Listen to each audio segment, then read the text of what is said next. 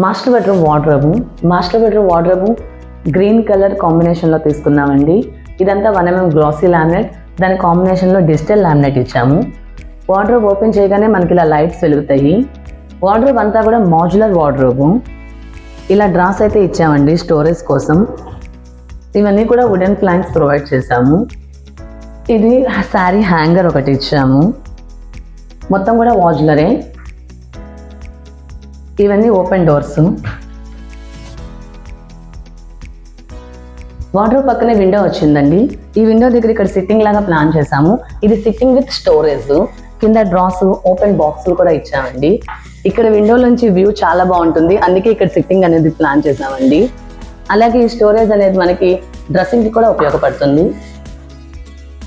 Dressing table ఇచ్చాము. అలాగే ఈ డ్రా అనేది మనకి డ్రెస్సింగ్ స్టోరేజ్కి అయితే చాలా బాగా ఉపయోగపడుతుంది.